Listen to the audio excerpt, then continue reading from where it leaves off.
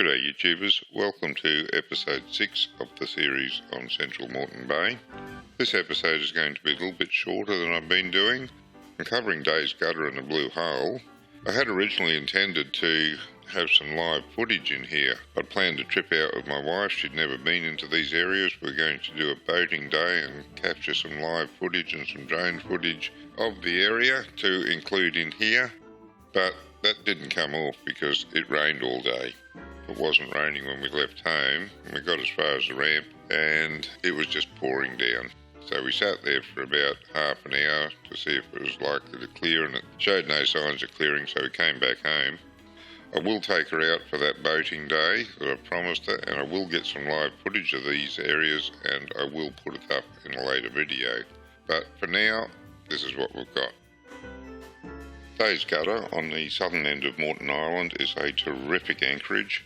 I can vividly remember the first time that I went in there in the big boat. The water was crystal clear.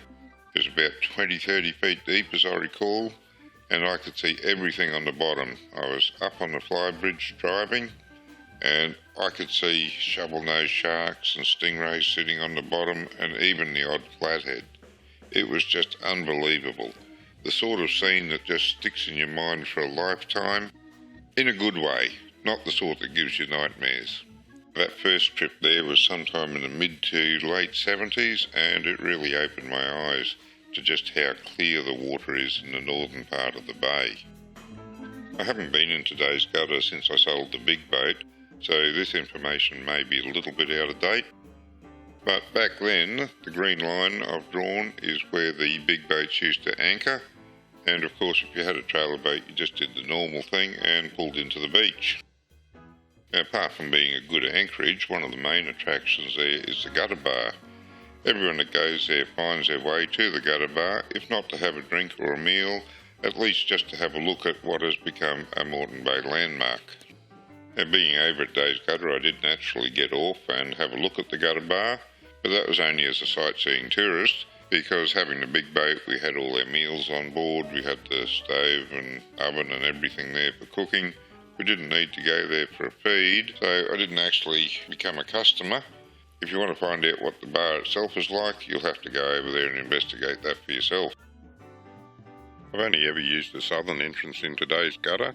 Doesn't matter whether you're coming out of the Rous Channel or coming across from Amity, use the same entrance. Been a good while, so sandbanks may have shifted, but that's roughly the line that I used to follow to get in there. The sandbanks do shift around a little bit near the South Passage Bar, but I don't imagine they've changed that much that you won't be able to find your way in. Back in the day, there was no beacons to guide you in there. It was never a problem. You just pick your way through the sandbanks. Not that shallow. It's an easy entrance, really.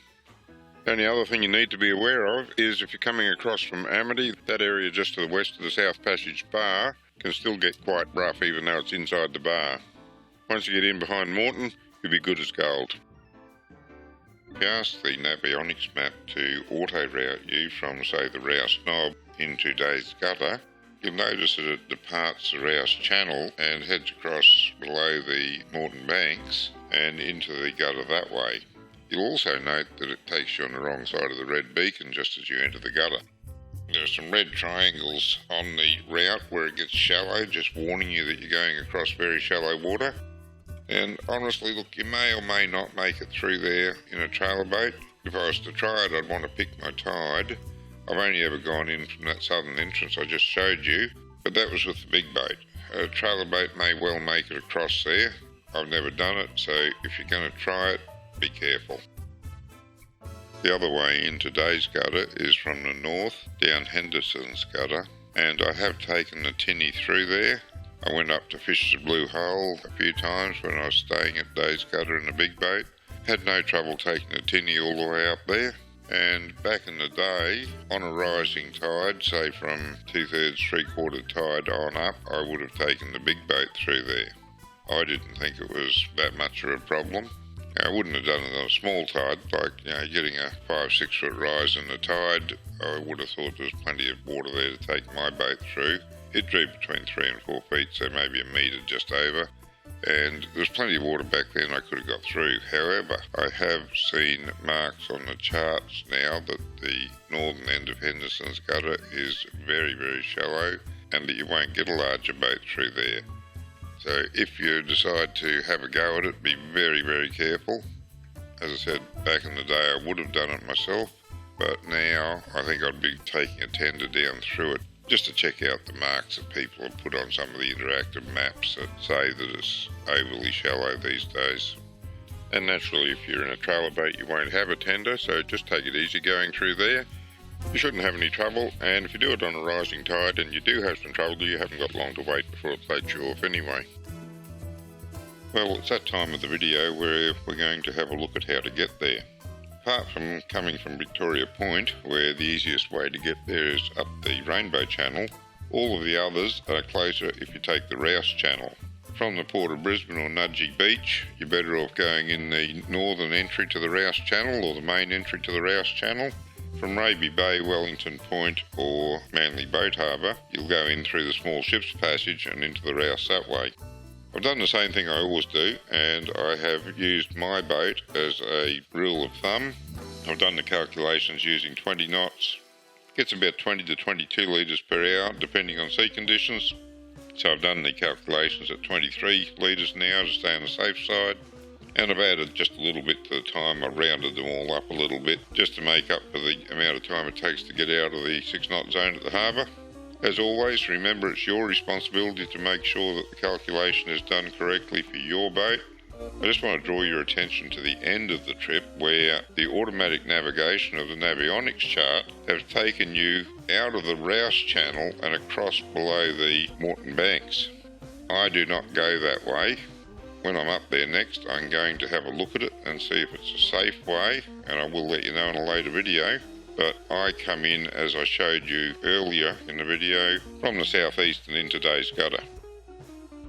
First of all, the Blue Hole is an excellent anchorage if the wind's anywhere from the northeast, east or southeast. It's still a pretty good anchorage if the wind's from any other direction because the banks around the Blue Hole are fairly shallow, but you will get a bit of roll coming over when it's high tide. However, it's not as an anchorage that the Blue Hole is most well known. It gained fame as a fishing spot. You used to be able to catch whiting in huge numbers over there. You couldn't go over there and not come home with a feed of whiting. I believe that's changed over the last few years. I haven't fished it since I had the big boat, so it's a good while ago now, and I'm told that you get more whiting up around the sandhills. But one day I'm going to get back over there just to try it, because it used to be so good. The problem I have is that there's so many places to fish in Moreton Bay, there's so many places to fish when you go outside, that I just don't have time to get around to all of them. It's a bit of a tragedy, but that's just the way it is. Then one way in is from the south, up Henderson's Gutter and Fraser's Gutter. I used to do that in the tinny when I was anchored down in Day's Gutter, go up there for a fish, come home and have some whiting for lunch. Not sure how good you'd go at that nowadays because the charts are now showing that the channel's not navigable. What that means is that they have removed the beacons from the channel. Doesn't mean to say it's too shallow to get through, just that there's no beacons to help guide you. So you're going to need a good GPS to do it, or a really good eye for how deep the water is. I think it could still be done in a trailer boat. I have heard that big boats won't go through there anymore. But I think with a degree of caution and on a rising tide, a reasonable skipper should be able to take their boat through there. And I intend to try it next time I'm over there and have a little bit of time to spare. I will post something here to let you know how I go after I've tried it. The other way in is from the north, and again that's a fairly narrow and shallow channel. It's marked with beacons, but just be aware that there's this little curve where the sandbank comes into the straight line between the beacons. I've drawn it as a straight line on my map, but there's that insert. Just have a look at that and be aware that you might just have to come out a little bit around that beacon. Keep an eye on your depth sounder. If it's your first time down through there, I suggest you do it on a rising tide, just in case you do go wrong, tide will float you off. Now once you get into the Blue Hole, the idea is to fish along the edges of the banks. That's where I've done the most good. It's a bit awkward to figure out the best way to say this, but what I do is I try and find which way the boat's going to drift, and you've got a roughly triangular shape to the banks. So I pick the edge of the bank that's going to give me the longest drift along the edge of the bank, given the wind direction. I hope you sort of understand what I'm trying to get at there. You just want to stay close to the fishing zone as long as possible. And if you've got a drift anchor, putting that out can help as well, slows down the drift and gives you more time to fish that particular bank. I've seen blokes drift all the way across the blue hole, covering that whole area that I've got shaded in, but my experience has been that when you get into the deeper centre of it, you don't do as good, or at least I don't. Maybe I've just been using the wrong rig. Fishing the edges has always been better for me. I've been rigged for whiting, of course. Most baits that you generally use for whiting work well in that area. Worms, squid tentacles, prawns to some extent, pippies and yabbies in particular. Pretty much anything whiting like they'll take, particularly when they're on the bite. This area could get pretty busy back in the day because it's a popular whiting area, but it's a fair size hole, so there's room to spread out a bit. The blue hole is pretty much due east of the northern tip of Mud Island, and it's an arbitrary decision, but I've decided that the northern tip of Mud Island is going to be the northern boundary of what I consider the central area of the bay.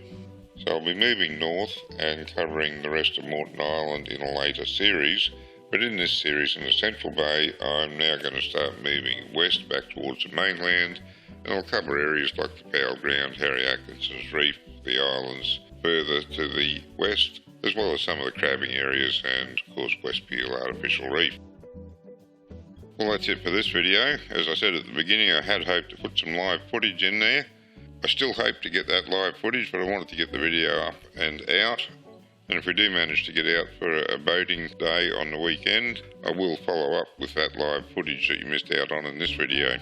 Fingers crossed that the weather doesn't change between now and then, or probably by the time this is up on the internet it will be then. Enjoy the water, stay safe. Until next time, good fishing.